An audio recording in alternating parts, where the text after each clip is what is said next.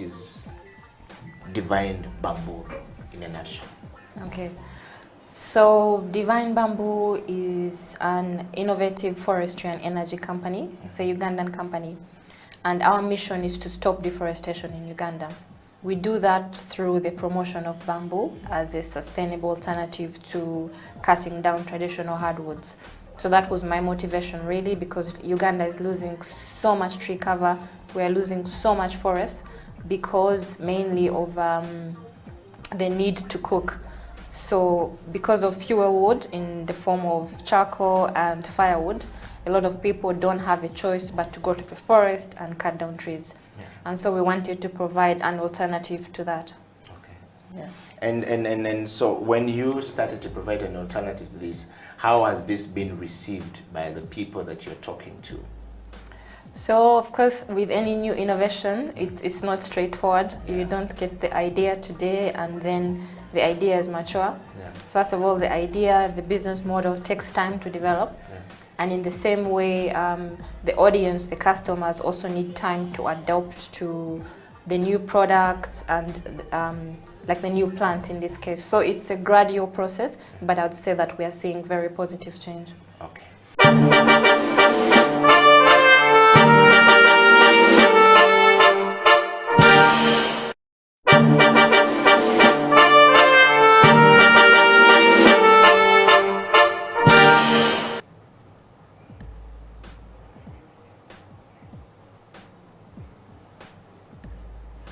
Welcome to the program. My name is Okila and this is the CEO Bench on this particular morning, afternoon, evening, depending on which part of the world you're actually watching the program from. We would like to take this moment to say welcome to the program. Today we are flying all the way to Nigeria. Oga is in the studio and we are going to be talking about things that are about food, cross-cultural learning for peace building using food, law, order, everything that is needed in there. Of course, the CEO Bench is live on House of Talent Television. We're live on Twitter, Facebook, and YouTube. Join me in welcoming Miss Linda T. Bott, all the way from Nigeria in Kampala, the Bight of Benin. Linda, welcome to the program. Thank you very much, Eddie. Love your welcome. Learning from the gurus of things. You Nigerians are the 200 million people. And counting. Yes, and counting. And if you find a one Linda is also there, and she's also hard, you know that she has been working hard. Well, we have to. They're 200. You have to step up. Else hunger will kill you. Yes, but thank you. Love to be here. Thank you so much, Linda, and welcome to the program. So to start with, Linda, we want to know you a little bit more from the ancestral point of view. Who is Linda T. Bott, and what does the word T stands for? Bott is like a German name, not a Nigerian African name. What's up? What's going on around you? Who are you? What are you? What are the values that define you as a person? Okay, so Linda T. Bott is a Nigerian lawyer. I'm here with my family. I call them, I'm the cheerleader of the Bott clan of 4 children. My husband is also a lawyer, but he doesn't practice. He works in the development sector. T actually stands for, it's Tersan, with the emphasis on the R, and it literally it means to move your body. And I think my grandmother predicted that because she was the one that named me. So I found myself moving my body from place to place. Yes, to different places, yes. All right, we want to just go straight to, in Nigeria, how do you people, describe yourself? Wow, that's a tall order. We're 200 million people, remember. Yes. We're resilient. I know it's been an abused word, but we are resilient. We're hungry, hungry to do stuff. We're very friendly. We're very outgoing. We take chances. We seize opportunities. We're very forthwith. I think some people don't like that. Some people see that as being brash. But for the average Nigerian, and I'd say it cuts across West Africans, what you see is what you get. We'll tell you upfront what we feel. We take you. Literally, we adopt you and your entire family, or whoever is your other person. You offend us, we tell you, and then we move on. Yeah. And the other thing that we want to know very much from you, what is like the African roots of Linda T-Boat from Nigeria, from that wider perspective? So I'm from Plateau State. It's one of the states in the middle belt of Nigeria. We're part of the food basket. Kampala actually reminds me of my home capital, which is Jos. It's not hilly like Kampala, so you can't build on the slopes, but it's rocky. The weather is sort of similar, but we get less rain. It's drier. We have our own version of winter, if you will. So from October up to February, we have the Harmattan winds, common similar foods and everything. We grow quite a lot. So I'm from Plateau State. Half Meriniang, half Ankwe. I speak Hausa, but like I mentioned, Hausa is a trading language across sub-Saharan Africa. So it's a commercial language for most of us from the Middle Belt and from the north. I'm not Yoruba or Igbo or Hausa, because I know that's next you'll ask. That's the only people we know Yeah, in yeah. Nigeria. You're either Yoruba, you're either Ebukland, you know. Igbo We don't know or you Hausa. guys. You guys are not Well, you don't exist. We, don't We know do you. exist, thank you very much. These guys take everything from Nigeria. We only know for No, I think because it is one of the official languages. So I think people know that. Well, I wouldn't say official language. It was one of the major tribes. So Yoruba, Igbo, and Hausa. Then you have a lot of the minorities. Mine is one of the minorities. Yeah. Okay. Yeah. Well, we're talking to Linda T-Boat. You coming to the CEO bench. Please get your seat ready and sit back, relax for a great ride with Linda.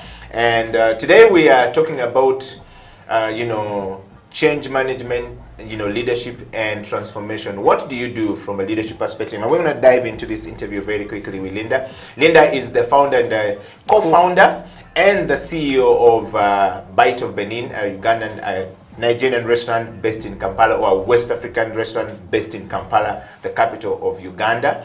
And of course, serving the greater, wider perspective of the West African dishes in Kampala.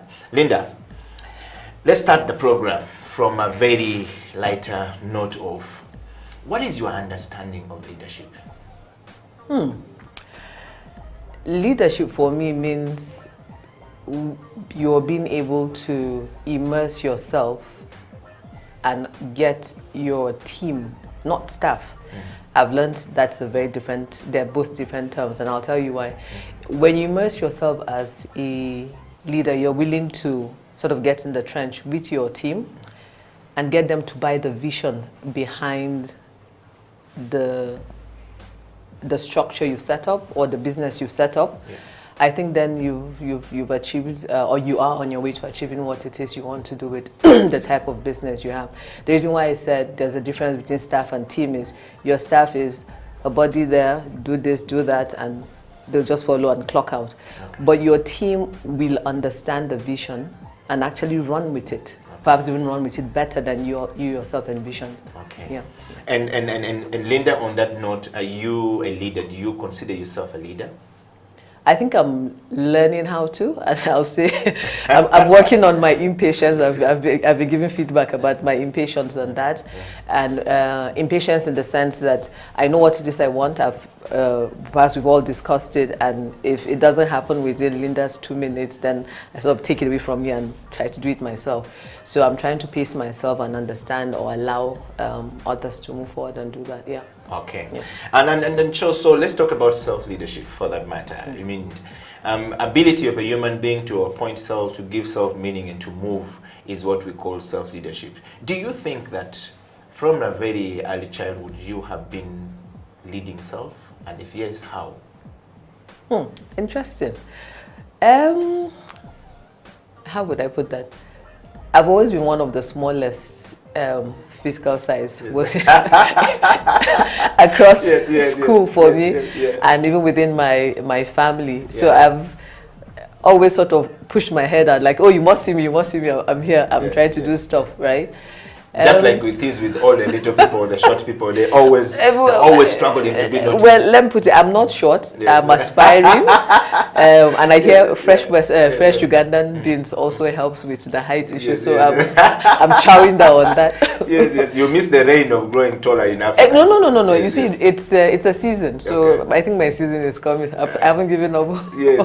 But go back to it, yes. Yeah. So I think In lots of ways, I think growing up, watching various family members or other people in the spheres where they worked in, I think has helped me to do that, to become self-aware in being a leader. Okay. But like I say, it's a learning process for everybody, and I think it's something that one always has to sort of tweak, and because if you stop doing that, then I think you lose track of being a leader there. Okay. Yeah. So just to sort of pick it from there, what is self-leadership to Linda as a person?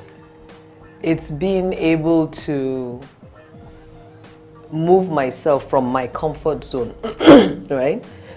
And decide, okay, or perhaps put myself in a situation where I can see myself, at the risk of repeating it, is, so I'm in a comfort zone, but then decide, okay, if this is where I want to be, or this new area I want to move into, right?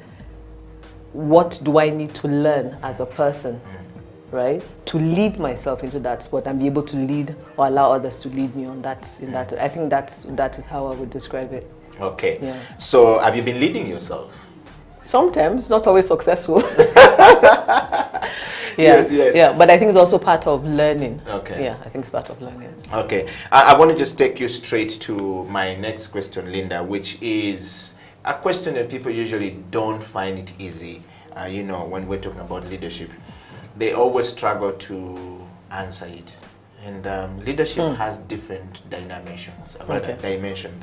There's a leadership approach that we often look into quite very eminently when we are leading as leaders.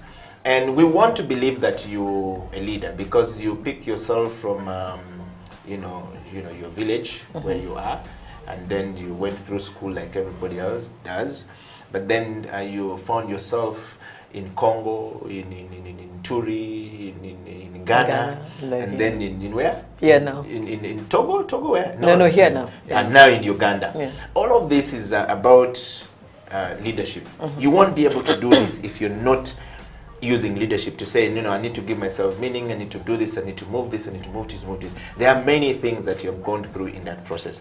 And we just want to know from you, what is that one type of leadership that you use quite a bit to make decisions as a person, as Linda, going forward?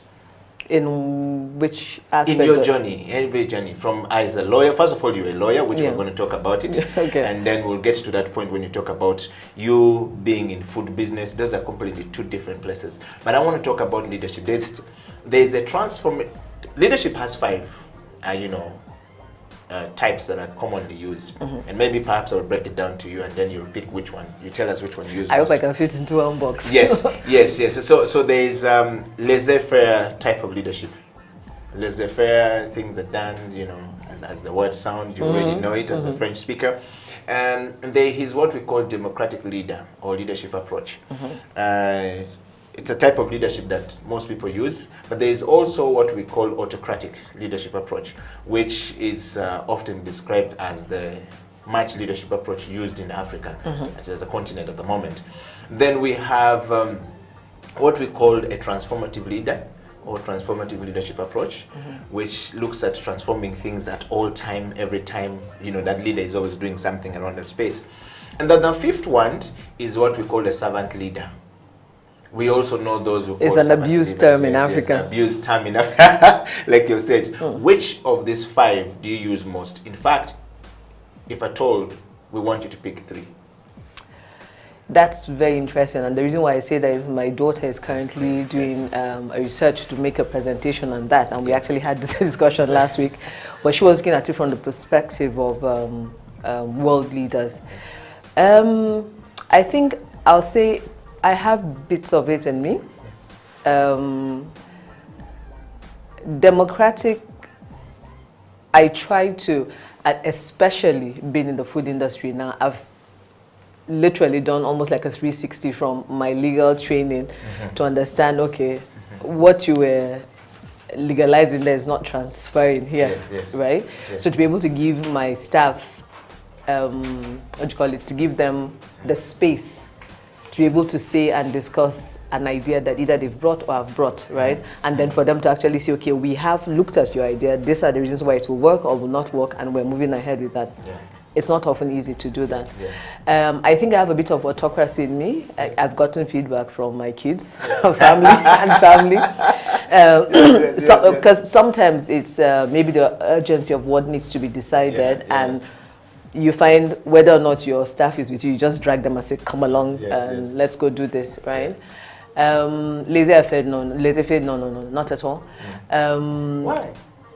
Then if that's like, it's like letting loose a toddler. If you're going to, you understand, because your business needs structure and systems. If you're going to let it run free, then I don't think it's going to work in the final run. And even being autocratic, you have to learn to sort of ease back a bit and let people do what you've actually engaged them to be able to do. It's a human impatience factor, I think, and I have a lot of that in me. Servant leader, like I said, it's been abused a lot, so I won't even go there.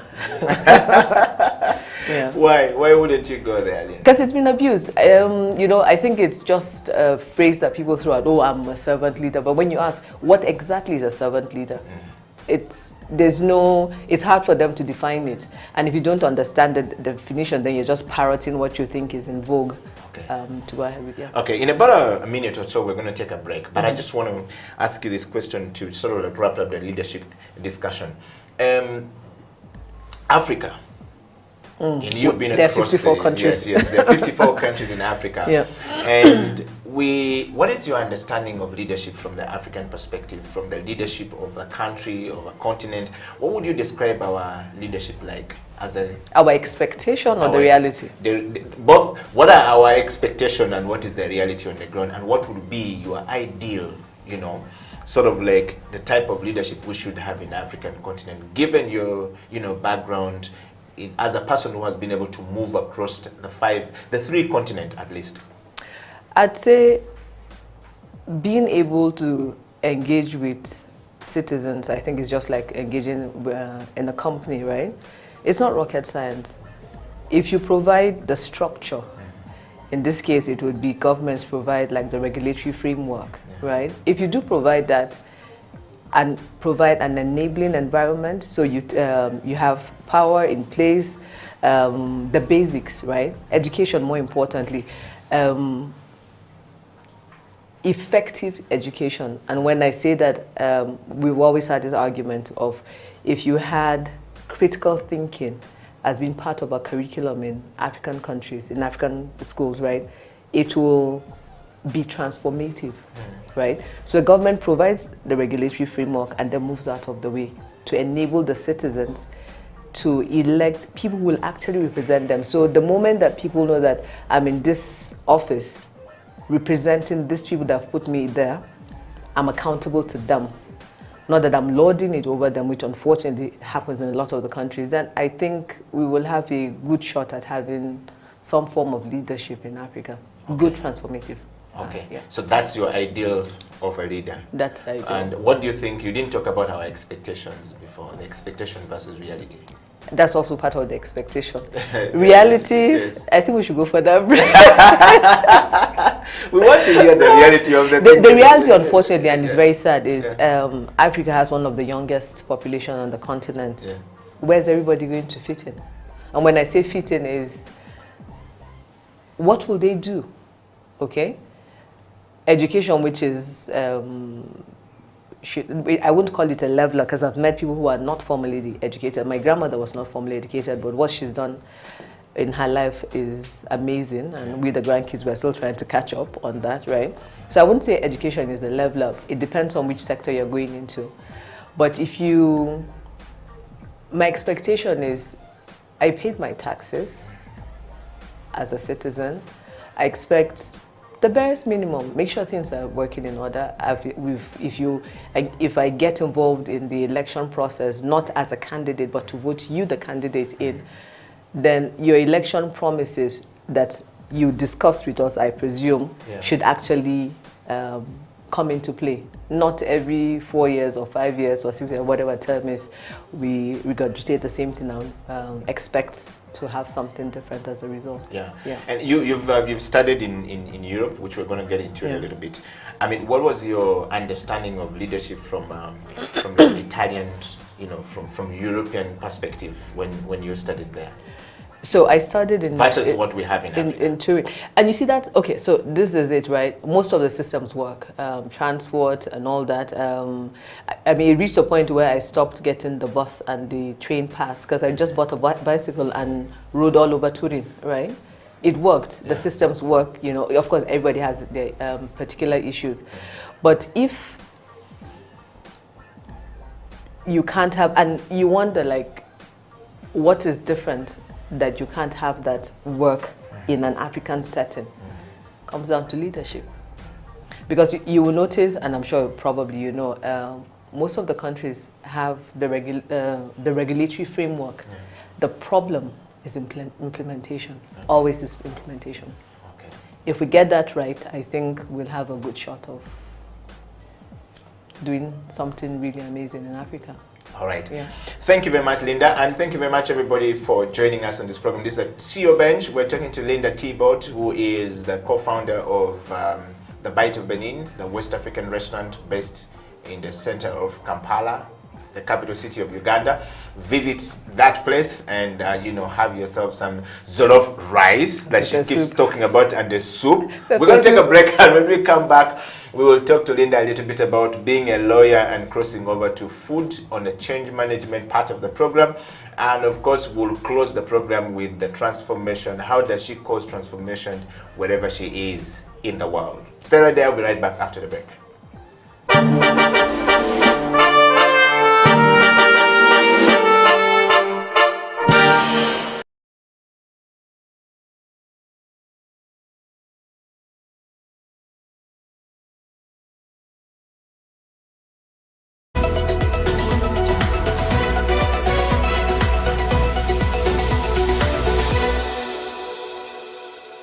What is leadership to you?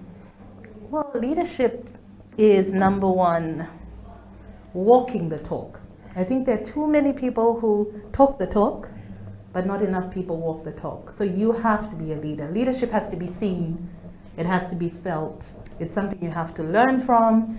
Leadership is being responsible for, your actions, your decisions, being able to back them up, being able to see other people's strengths, to bring out the best in your team, your family, your friends.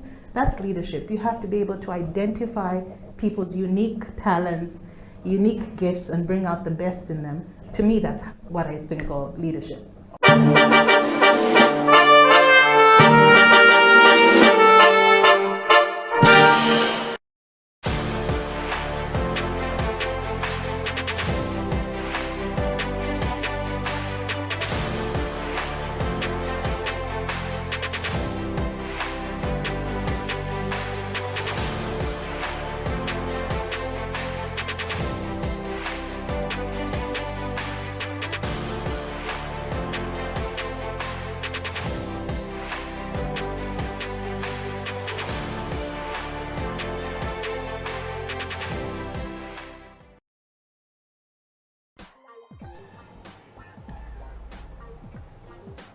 Welcome back from that break. This is CEO Bench. My name is Okila, and in the studio is Linda Thibault, who is the co-founder and the CEO of the Bight of Benin, a West African restaurant in Kampala, live on the CEO Bench. Linda, welcome back to the program. Thank you, Eddie. We broke down the leadership quite a little bit, and it was very interesting to hear your perspective on the leadership. This program exists to bring people like you who are at a certain level of growth, certain level of achievement, certain level of exposure to this program to share with us your experience that you have been through in life.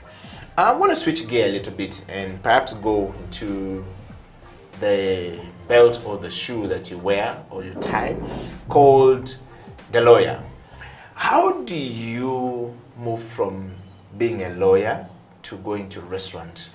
I mean, did you ever practice law? Why did you run away from law? Let's take us through this journey of changing from, being a lawyer to being now a restaurant owner and being passionate about food. What was the switch? First of all, let's start from the law perspective. Why did you move from law? Law is different, food is completely different. Yeah.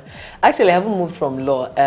I will always be a lawyer. The reason why I say that is, for as long as I can remember, when I look through my old notebooks from primary school, in the margin I've written, "Oh my Lord, I hereby present." I always loved it. So I knew I would be a lawyer eventually.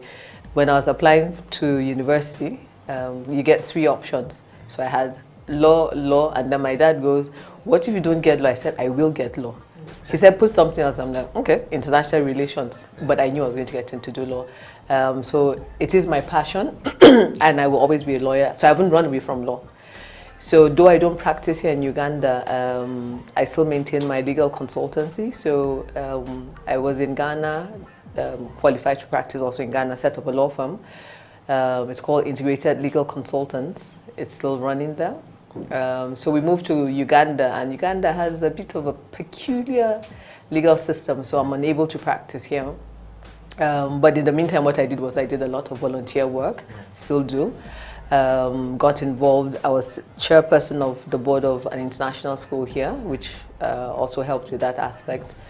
So my legal consultancy still works. I sometimes give technical feedback, especially when I get inquiries from colleagues I've met over, like in Turin, in Ghana, some in Congo, Nigeria, here sometimes.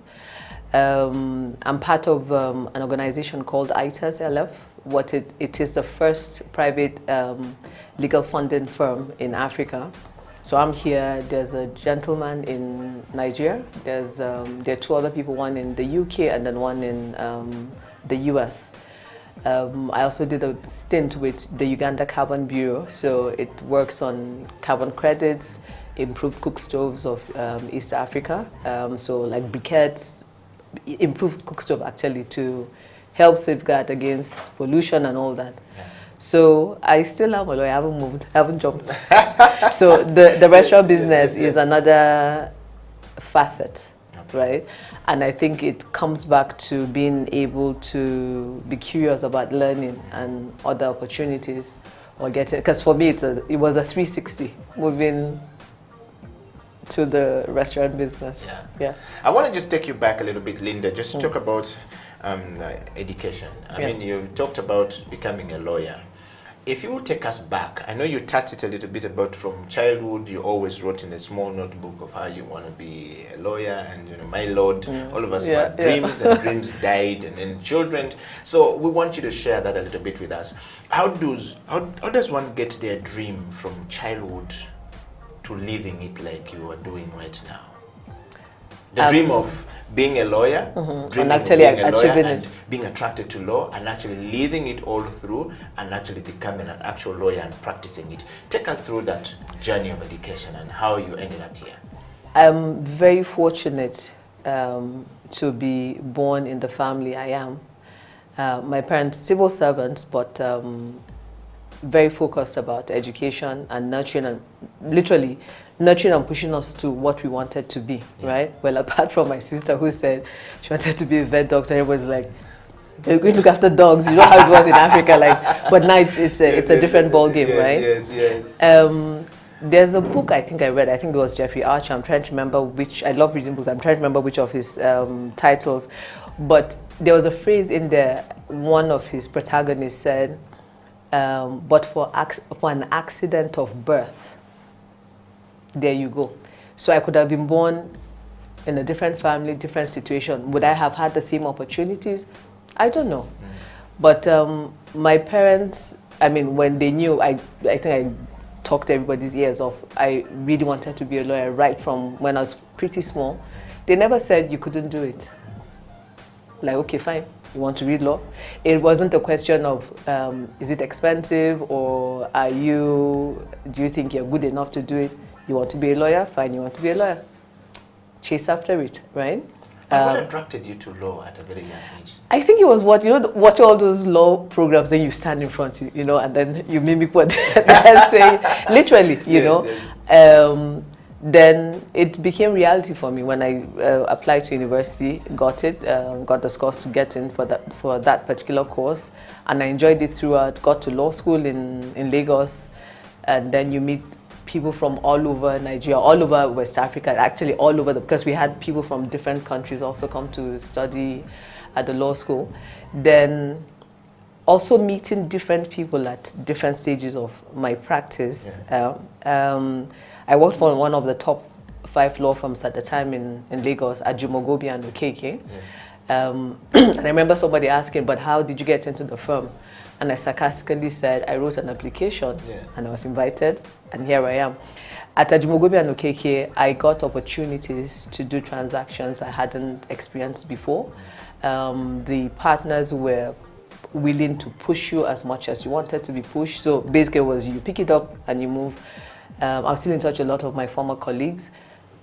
Each time someone sees it on my CV, I've been places where like, oh, you worked for Jumogobi and Okeke, and I'm like, yes, okay, oh, that's interesting. It sort of gives you a cachet, right? So from Jumogobi and Okeke, we left the country after we got married, and then sort of have trapezed around a bit. Some countries I couldn't practice, some I could, Ghana for example. And it was, so we set up a firm, and the opportunities that came in, the partner I met and we started the business together was really very good. Then we had to leave again. Eventually, and how would I put it? Law is like maths. It touches every facet of life, right? In whether or not, I know some people don't have a good opinion about lawyers, but it does touch every facet of your life. You need a lawyer. Forget about the expense, but you always need a lawyer to give you a different perspective, whether to play the devil's advocate or not. And I think the sooner people sort of tend to see the importance of having a lawyer advise you, I think the better it will be for a lot of people. Yeah. I want to pick it from that point. Just parents are always wondering about their children, and sometimes parents in Africa tend to decide where they want their children to go. You have to be a lawyer, you have to be an engineer, you've got to be a doctor. You cannot be a musician because that you're going to be that was before life. Yes, that was before. Now musicians are making more money. I mean, Afrobeat has exploded. So let's not even go there. Yes. I seen recently. Trevor Noah wrote to his grandma and says, "Grandma, please note this is my house now, living in the U.S. This house is not owned by a doctor, not owned by lawyers, it's owned by a comedian. He was sending a very strong message to everyone in Africa, literally, our parents, to say, look, don't stop your children from doing that. But would you advise your children, or would you help, if your child was beginning to be like Linda Bott, mimicking lawyers in court of law while watching TV, would you nurture that in them, or would you kill them? Or if your child is busy singing and trying to be like Jose Camilo, trying to be like whoever is, or would you nurture that talent in them? Or what if they're trying to be like Okila, be in front of the camera to talk to people? Would you nurture that in them when he says, no, you got to be a lawyer? I would nurture it, and reason why I say that, I experienced it with my parents, my siblings and I all experienced it. Particularly when you see the many possibilities now, why wouldn't you? If you're able to, and sometimes it's not about the resources, it's about the encouragement. Okay, if you create that environment where your child can actually be silly and goof and say, okay, I'm going to sing, and they're singing, you know that, okay, this is not going to work, and then you have a joke about it, right? But when you do actually understand and identify that innate talent, I think is the word I would use, right? Because we all have something that we naturally are good at, okay? I'm not naturally good at numbers, so I'm so grateful Lord did not insist we did maths, because that would have been a big problem, right? But I'll give an example with my kids. One of my daughters writes very well. She actually has published an anthology of poems. My other daughter is a very good athlete, right? She's a very good artist. She draws, actually both of them. My professor of a son, which is what we call him, he's very quiet, very introspective, and you can see his computer sort of interest coming in, right? And my other daughter too. So it's more like you're trying to juggle, okay, which one should I nurture, which one? But I think if you create that enabling environment that they can actually feel free to express themselves. To say, okay, let me try this. I mean, I don't mean like you skip and hop over the different things, but you do identify and say, okay, like this 3 or 4, I think, or even 2, this looks like a good chance, right? That this child will be able to enjoy it, right? Not just enjoy, because that's critical for the child to be able to enjoy it, but also to say, if I took this person to a professional who understands, who has the expertise in that particular, would they also see the same thing I see in my child? Okay, I'll give you a practical example. So I'm sure like most of us, so my kids will come and before it to be, oh, I'm interested in the piano, the guitar, blah, blah, blah. So one day I say, okay guys, that's it. We're not buying any flute again or any guitar or anything. If you decide, I say you're at the point now where you can see that you are actually interested, right? If you really show that interest, I will look for the money and buy that piano for you, and we will sit down together. And they said, I said, yes, I am interested in learning the piano. But if you do show me your interest and capacity and capability to actually sit down and practice, you know, the 10,000 hours you've heard about in the outliers, if you're able to do that, I'll look for the money and buy that piano. Yeah. So it's actually nurturing your child and giving them that enabling environment that would allow them to be free to express themselves. Wow. I got that as a child, and I'm trying to do that for my So kids. would you advise every parent out there looking at you right now to say, this is something you need to do, parents?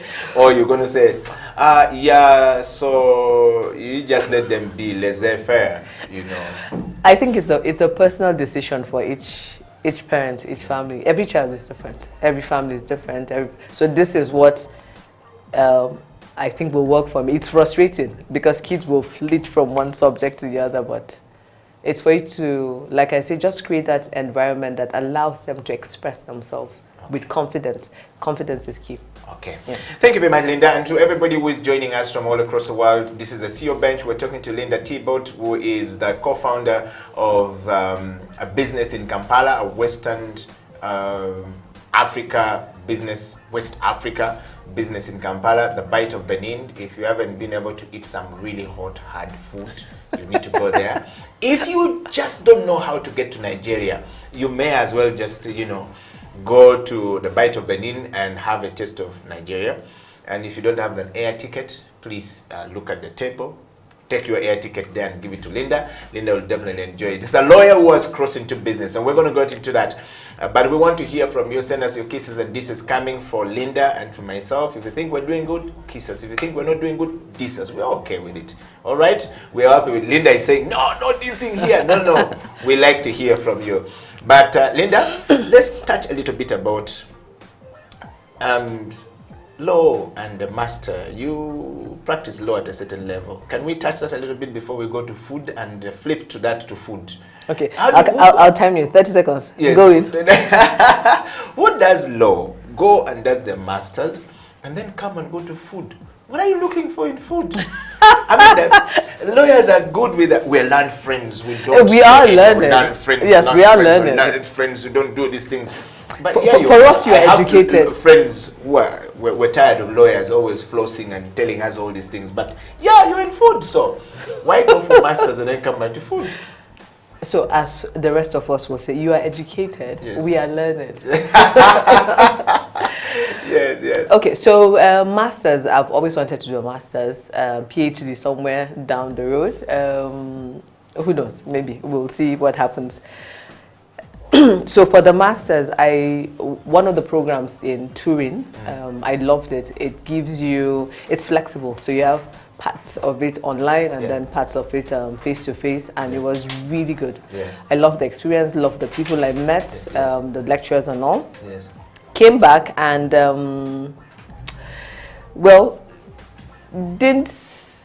initially when we came here, I was looking for a 9-to-5 because I'm a lawyer. That's, you go, you practice your law. Yeah. I was interested in getting back to practice, which is what I really enjoy doing, still do. It wasn't happening. So for various reasons, some of them personal, I went off, did the masters, came back. Because I remember there was an interview I went for, and one of it was, oh, yes, you met this, it was for an international position, and oh, if you had the masters. I'm like, really? Okay, coming along. I'm going to do the masters. But I love the master's program, and I love the particular one.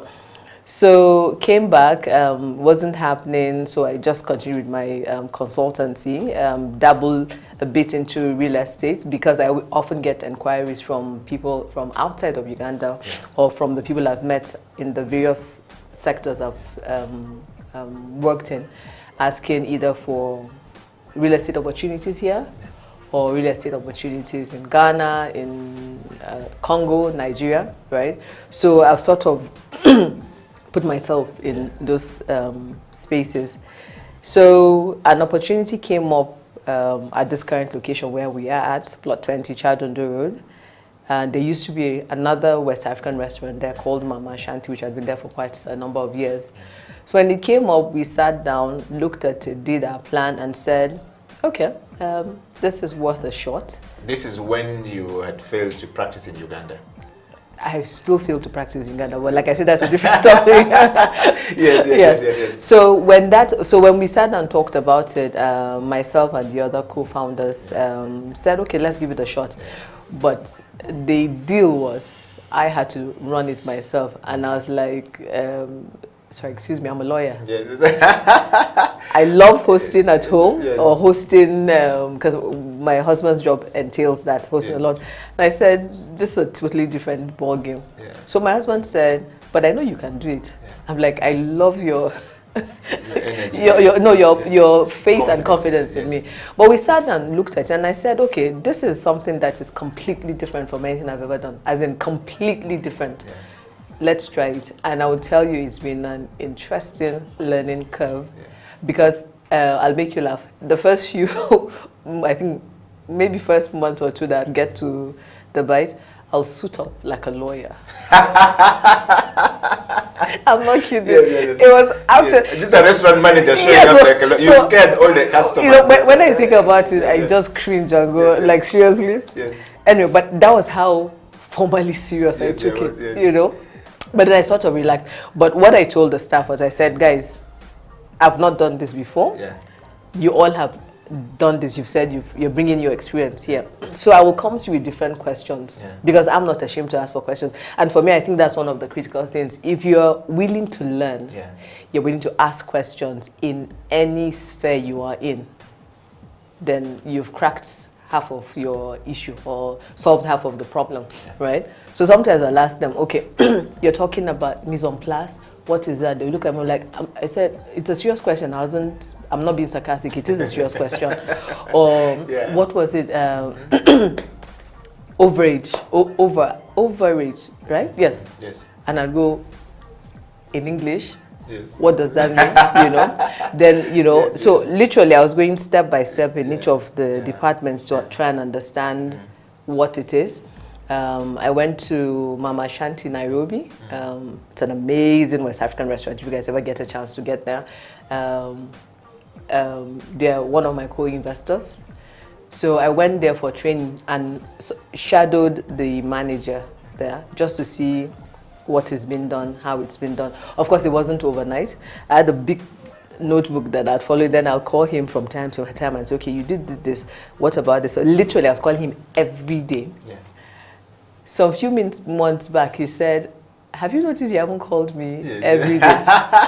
And then that was when I realized, okay, I've moved from the panic, well, not panic, I've moved from the sort of strict hand-holding at every point to now maybe I have just the safety belts behind me, you know. But honestly, it's a very interesting experience, very interesting experience. But, and I think it's also related to law practice, because what you're doing is you're networking, you're serving. Forget the fact that, yes, we say we're learned, you guys are educated, right? Yeah, I know you're looking down on us right now, even the way you express it, it's okay. No, we don't look down at you, our educated friends. You know, but seriously, it's okay. So you're in your legal practice, you're networking. in the restaurant business, I am networking. In your business, you're networking. So it's just a different type of networking. Okay. Yeah. Well, thank you very much, Linda. We're going to take a break, and when we come back, Linda and I are going to dive into this hot food called jollof rice. There are many names. We're going to switch gear a little bit and start speaking some pidgin English, and then go to Nigeria. We'll be right back after this. This is a CEO Bench, Eddie Okila, Linda Tibot, straight from the Bight of Benin in Kampala, where you can go and have your lunch this afternoon or tomorrow or the next day. Whenever you're here in Kampala or here in any part of this, world, please visit them and you'll be amazed. We'll be right back after this break.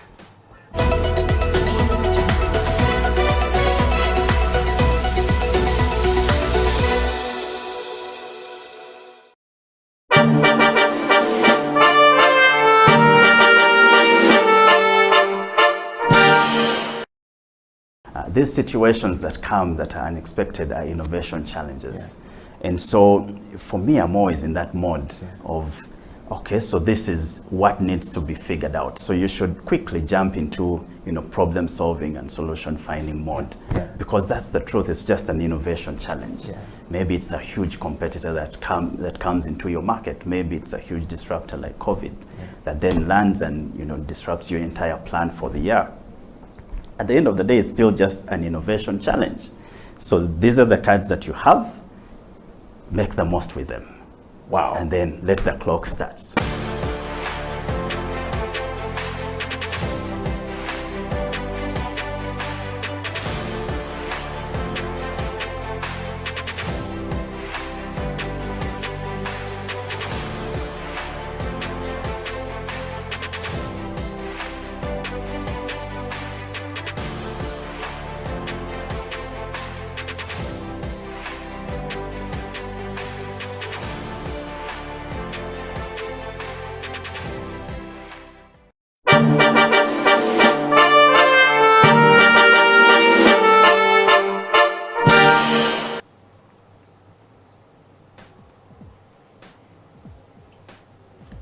It is a CEO Bench, Eddie Okila, Linda Tibot in the studio. We're talking about change management, leadership and transformation. And of course, Linda is from the Bight of Benin, a West African restaurant based in the capital city of Kampala, Uganda, in the Pearl of Africa.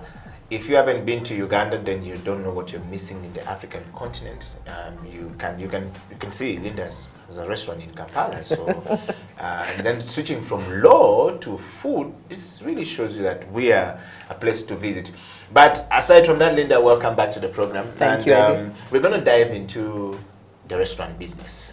First, we need to serve you some coffee, so please. Is this fresh from Africa? Yes. West Africa? This is no. This is fresh from Bududa, and since the French is talking about the new Africa, France relationship, we decided we need to have a French press in this thing, so that we can put the French to their cold. Merci beaucoup.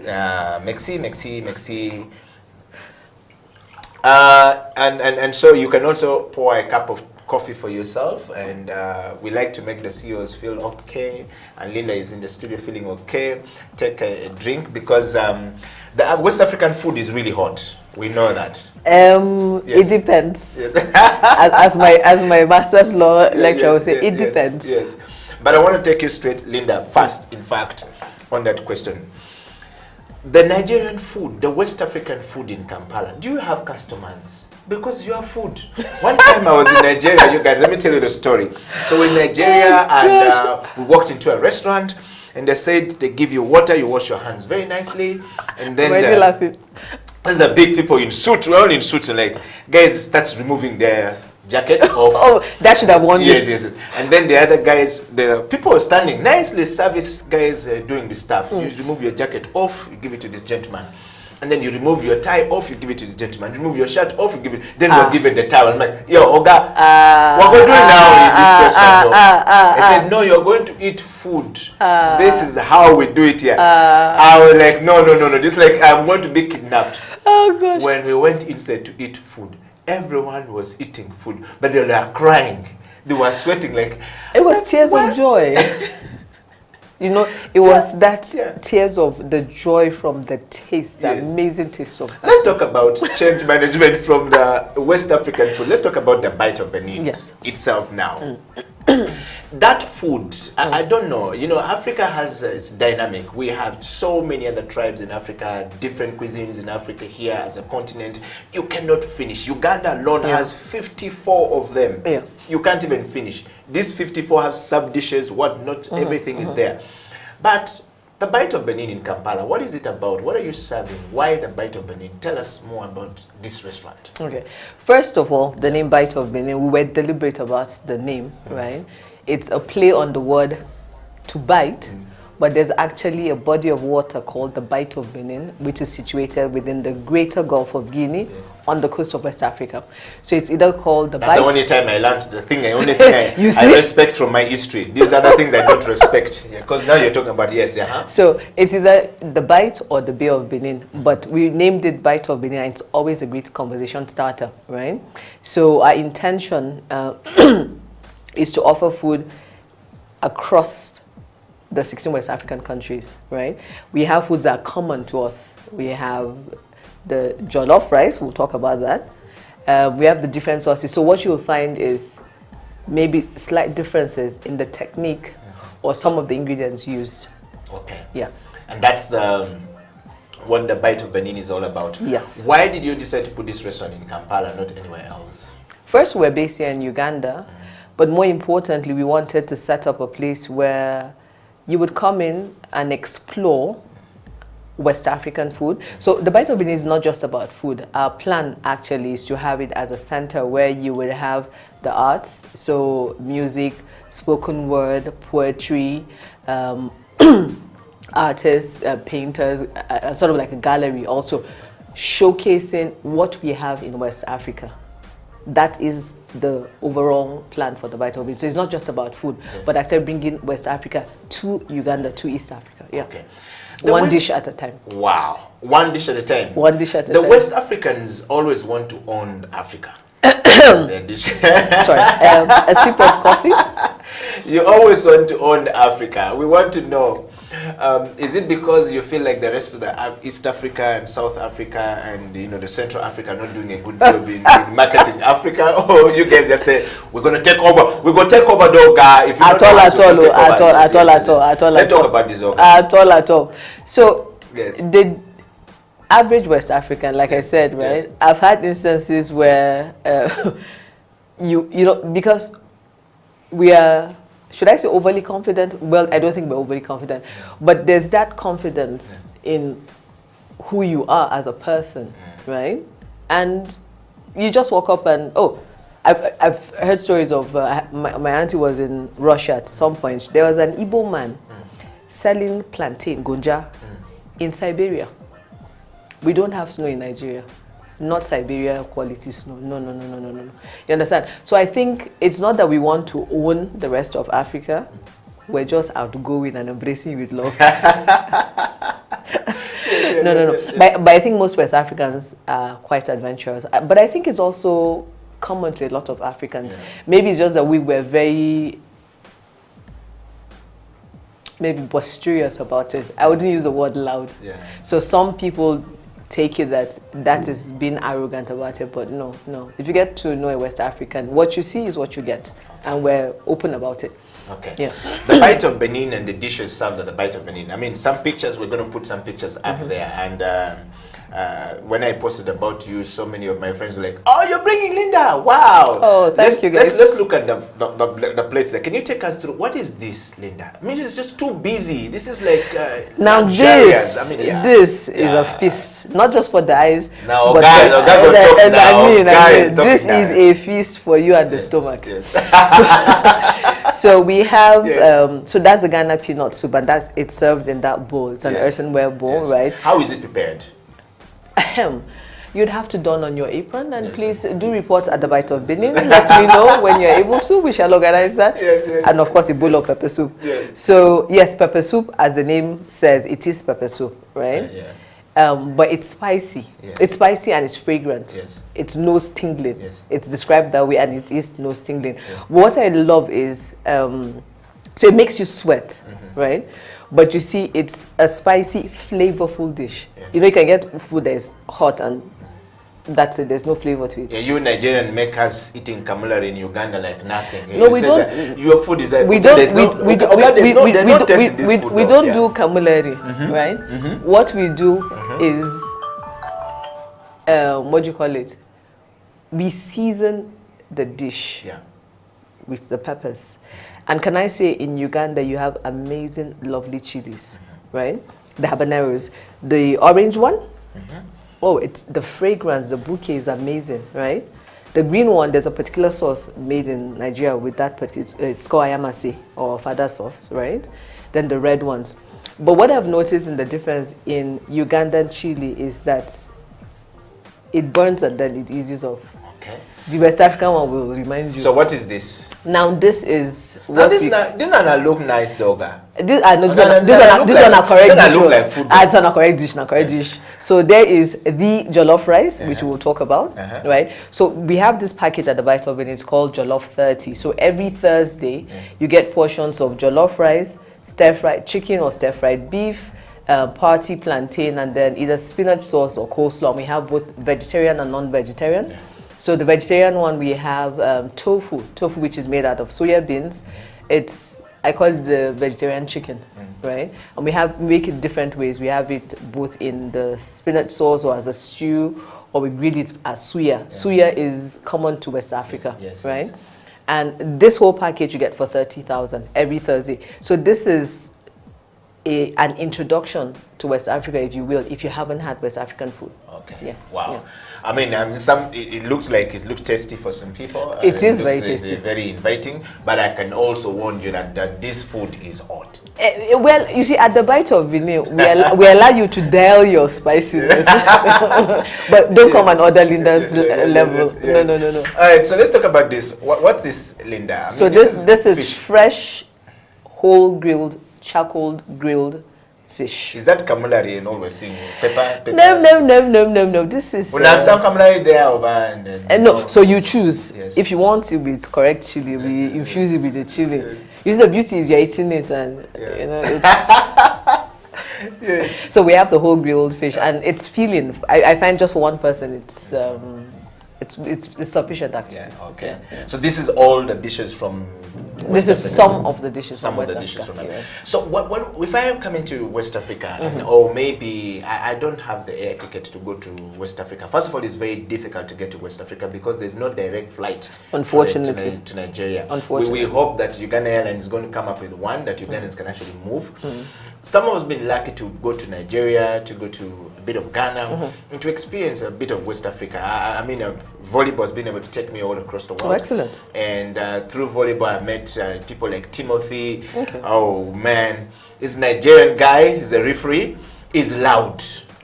And when it comes to food, we're with Timothy in Algeria, and Timothy diss everyone in Algeria.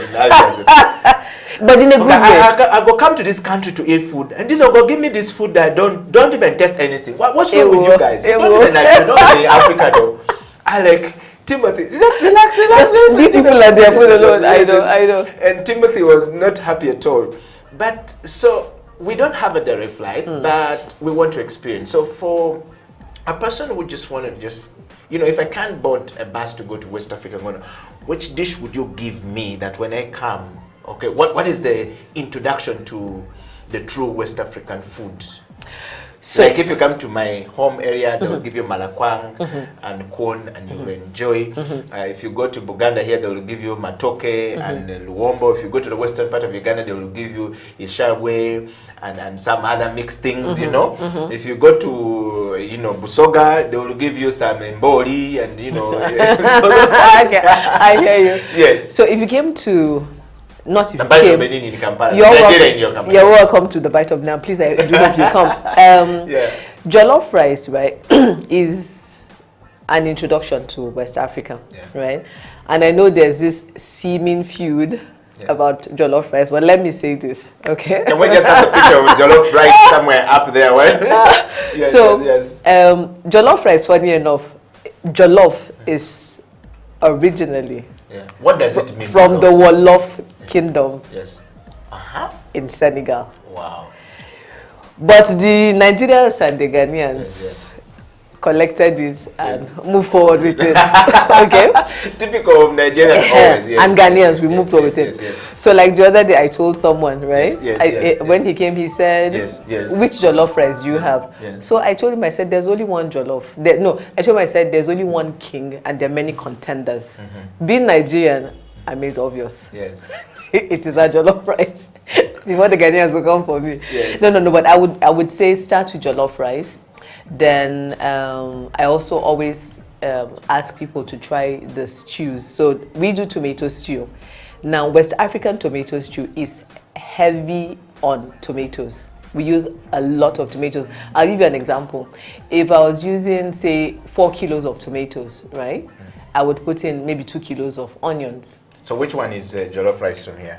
It's the one on the left. Do you have a picture of it? I think we have a picture of jollof rice somewhere. Yeah, certainly. Right, so I'll just quickly run over. There's jollof rice. There's egusi soup in front, which looks like scrambled eggs. That's the feedback I get. Yes. But that is not eggs. That's actually a type of melon seed from West Africa that we grind and then mix. So this is the jollof rice. This is jollof rice. So that red color comes from the tomatoes. We don't add any food coloring because I've had questions on that. Yes. So that comes from it, and then we use because we don't have what we call tatashe, which is the big red peppers we use in Nigeria, which is deep red color. We use the red capsicum here, the red bell peppers. It sort of gives us that same color, but not quite. But hey, when in Rome, you do as the Romans do. Yes. Right? Yeah. Okay. So talking of that, Linda, as we come to the end of the show, what are you looking forward to with this restaurant in Kampala? What do you want to achieve with this restaurant in Kampala besides money? Well, that's a good point. Yes. First is to make body well. For you to understand what make body well means, you need to come to Bight of Benin. What do you mean that body well? Body well, that meaning what? At all. Right. Make body well. Yeah. Come to the Bight of Benin. We'll talk about that, and you will make body well. No worry. But our intention actually is to introduce West Africa one dish at a time to East Africa. There's a lot of commonality actually between our meals, right? Well, not our meals, but the ingredients. I'll give you an example. Bitter leaf. It's called mururuza here or bombo. The first reaction when I mention it is, it's bitter, and I say yes. But there's a way we wash it and use it with the sauce we use, which is the egusi, right? And when you eat it, it leaves a sweet aftertaste. There's also water leaf. I honestly have forgotten the botanical name to it, right? But each time I point it out, people say it's a weed, and I say, when you find that weed, please bring it to me. We use it to cook, right? Yes. Stuff like the hibiscus. We use it to make zoborodo. Zoborodo is a drink. So at the Bight, we call them Bight seals. We don't do cocktails. And it goes perfectly well with the make body well. So our intention at the Bight of Benin is to introduce West Africa to East Africa, one dish at a time. Come experience West Africa. The pepper soup also, we'll dial it back a bit for you. We can have maybe a tub of yogurt or some milk. Now this is called Chapman. Yes. It's an iconic Nigerian drink. Yes. Most Nigerians, when they walk in, it brings back childhood memories for us, only at the Bight of Benin. So come, make we shake body. But this one is the correct one. It's the correct one. I take you make body well. Yeah, good to go. So Linda, I have a question to you here from, we call himself, he's called the king of the house of Kirunda. That's how he called himself. King of boys. Yes. And he's a very good friend of mine. This is, he's called Leo Kirunda. Says, you know, ask Oga that Oga, make body well. What is make body well? So let's talk about what is make body well. Because this seems to be, everyone who comes to Bight of Benin or to West Africa comes back asking, make body well. Yes. So what's make body well? So my mom, she retired as an English lecturer in Nigeria, and she loves cooking. My grandmother actually set up a hotel cum restaurant. She also loved cooking, right? So my mom got into cooking competitions actually. Yes. I've actually found instances where people don't know her name, but she has this dish which is a very tasty, flavorful, spicy. Either she could do chicken or goat, but often was chicken, called make body well. right? So she actually wrote a recipe book, you know. And when we set up the restaurant, I told her, I said, there's a dish I'm going to name after. And she had a laugh. I said, no, I'm serious, right? So that is it. Make body. It's a goat platter we have at the Bight of Benin. Yes. It's, Leo is saying you'll thank me later when you ask her that question. I bet Leo can't chop her more. We dial it back, but can't chop her. We do it. We do it.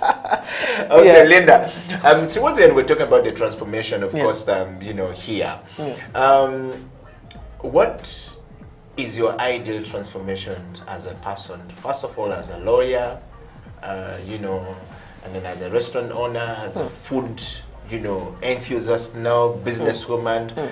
You know, what is your ideal understanding of transformation with everything that you do as a person, to the community, to individuals, to the nation? When I thought about this, we're not thinking. Yeah. Transformation. Yes. It has so many meanings behind it. Yeah. With everything you do. Being able to, okay, so I'll give you very quick example is if we're able to, as Bight of Benin, for example, able to get Ugandans or people living in Kampala in Uganda comfortable and confident to walk into the Bight and say, I'd like to try this. Okay? That's one aspect of transformation. Okay? If as Bight of Benin, we're also able to train cooks and chefs who are versed in West African food and fusing it in some aspects with the food from Uganda, right? From time to time, that is some transformation also. Yeah. All right. Yeah. And I mean, just to ask this question, somebody just sent me this question. Says, Eddie Okila, thank you very much. He's written some very hard Nigerian word. This is surely a Nigerian in Kampala. And says, yeah, that sister of mine is doing a great job. Thank you. Just like most Nigerians come here and, you know, involved in many things. But we love the fact that she's trying to make the West African culture quite very eminent in Kampala. We enjoy it. We love it. One question for me, for Linda. Will she ever go back to law? Because we think she's just practicing this because there is no room for her to go back to law. Yes. Are you going to leave this thing and go back to law? You'll continue? Like I said, I never left law. Yes. Right? I'm not 100% engaged in law as I was in the beginning, right? So the plan is, because I'm operations director at the Bight of Benin, is for the manager to take it and run with it. And you see, that's where the transformation happens.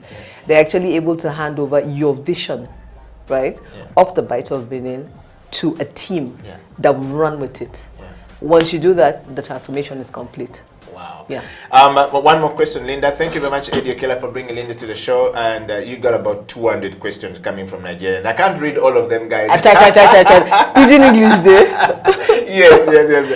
But I'm going to try this one out. So this is coming from somebody, a Nigerian based in London, Eastern London. He's saying, thank you very much. I didn't know that there's a Nigerian in Uganda actually making us proud. We Nigeria will take over whenever we go. Not the talk that one, no. Yes. And but our question is very interesting. It says, I love what my sister there is doing. Eddie, I just want to know from her. She's not talked about the goat we eat with the skin, with the you know. She need to sell. That is the real, true Nigerian food. Ugandan mazana. Yes. So thank you very much. So this goat here we eat. How do you eat a goat with skin, Linda? Oh, how not? No. You just no. You use your cutlery cutout and you eat it. Yes. So for us, when we make, she's saying that is a real traditional West African food. Yes. That's scary. It's not. But you see, that's the thing, right? If you're open about food, and I'll tell you this, for me, I'm always willing to try new food. Yes. As long as I know the ingredients. Which is why when you come to the Bight of Benin, our menu is descriptive. Okay? Which is why I've written in there mururuza or bitter leaf, so you know instantly, okay, this is happening. Then okay, so like we have eforiro, right? Yes. Eforiro is a one-pot flavorful soup, right? With spinach in it. It has everything inside. It has tripe, it has cow skin, it has offals. Yes, we do use that, right? But Yo, sister, cow skin. Yes. Okay, you know how cow skin were to No. You see, they always ask me, well, we use it to make leather. We eat in Nigeria. We eat half. You're eating her shoes. No, we eat half of the cow skin. We make leather with the other half. But it's only in Nigeria. Only West Africa. Yeah, only West Africa, especially. So, and you see, even the cow tail, we get the cow tail with the skin. I don't know. I've lost count of how many times I've laughed. Yes. Cow skin, or rather, no, ox tail. Yes. With the skin on. Yes, it's delicious. Yes. The goat pepper soup, we make it with the skin. Now that is where you get the real flavor of the goat, or as we say in Nigeria, the perfume. You know, the perfume go enter. And we do what we call. So sometimes we actually roast the whole goat. Yes. So before COVID, or rather, as I tell people, yes. There's BCC, which is before COVID and curfew. There's DCC, which is during COVID and curfew, which is where we're at now. Yes. I'm sincerely praying for so you're not AC. looking for after COVID. Thank you and curfew, right? So we used to have concerts at the Bight of Benin. We had one every month from September. It was quite popular. One Friday a month, right? And we'd have this huge goat at the back, somersaulting. My Nigerian would know, somersaulting goat, somersaulting chicken, you know. Yes. And it was absolutely lovely. With COVID, curfew and all, the world has changed, right? Yes. So, excuse me. We're trying to see how to get back on track. Okay. How do we get back on track? We've been literally, it's a dance. Yes. Okay, so I'm sure I remember I told you the other day, I said, each time there's a lockdown, we don't reopen, we restart. And I'm just wondering how many times we're going to restart. So we've gone from hanging on by our fingernails to now by our fingertips, and the muzzle pull is becoming a bit heavy, you know. One of the things that has helped, and I think I mentioned this to you, for us to get in towards something. There's an organization I think I mentioned to you. It's called BNI. I think you should have a word with them. It's called Business Network International. We joined in June, and it's a network for business owners. It's global, and it is working.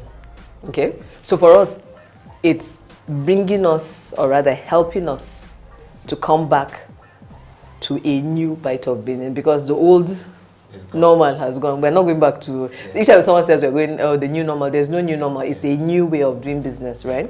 So a new way for you also to do business is come and chop that goat pepper soup with skin on it. But I want to just wrap up the show with somebody just called me, sent me a message here, and I just want to read this quite quickly. And he's saying it's a private message. I mean, people like to send private messages, and so he's saying, Okila, thank you so much. I have a comment. There's a number of comments on YouTube. I'm just going to go to YouTube, guys, and to all the guys on Twitter. Thank you very much, first of all, for following the show. I want to take you straight to some of these comments that are coming on YouTube, which are very interesting. But one of them, somebody saying, "Can Linda please explain to us what really is making the goat with pepper with the skin means?" Do these guys eat the goat with the skin? This is the reason why we have shortage of leather. I have one coming from Mediwato Chom. Law and food are a good mix after all.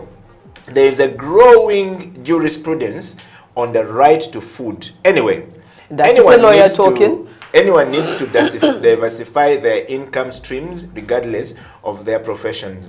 Good job, Linda. That's coming from Mediwato Chom. And then he goes on to say he's a lawyer. I mean, he's a land right. When he said jurisprudence, I knew. And he says, I will come for a West African food experience soon to support your business, Linda. Thank you very much. I have another question coming from another person here who says, Okila, thank you very much. Could you please ask that lady, what do they exactly mean they prepare goat with the skin or cow with the skin? How do you eat a cow with the skin? What happened to the... I see this is now becoming that... So I know Amos Wekesa is curious. When we met with Amos Wekesa, he said he wants to come for it. Amos, you want to go and eat the goat with the skin. I mean, how are you going to do this? I'm laughing my head off now. So how is this prepared? People want to know how it's prepared. Uganda is actually very stunned right now. I got so many messages, 500 messages on Messenger. Guys, I can't read these messages. This is hilarious. Guys, can we do this? Yes. You guys Eddie and I will work out a date. Yes. We'll have the goat somersaulting with the skin. No, but serious. Okay, so when we cook with the goat with the skin, right? Yes. And then you cook without the skin, there's a difference. The flavor, right? The perfume, as we call it, it actually becomes more intense in the sauce or in the soup. Yeah.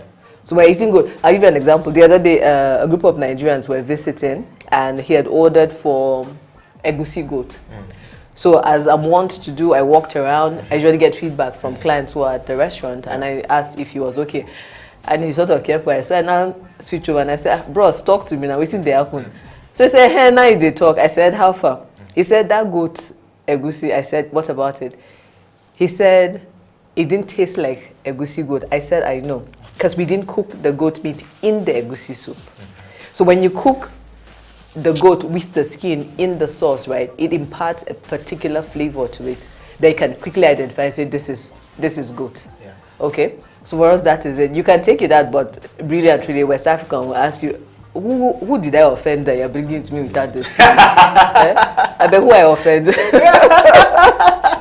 All right. Wow. Linda, thank you so much. So what is the one last word we can pick from you going forward? If you just look into this camera and just tell us the three things we should pick from you, crossing from law, like Diwato Choma said, to, food. And he says with all these food rights coming, we need a lawyer to be in that space to sort of like understand the, the cross mix between the two. But we just want to know from you, what are those three things you want to leave us with here about our culture? Africans are not very proud of our culture. West African people are very proud of their culture. The East African people are not very proud of their culture.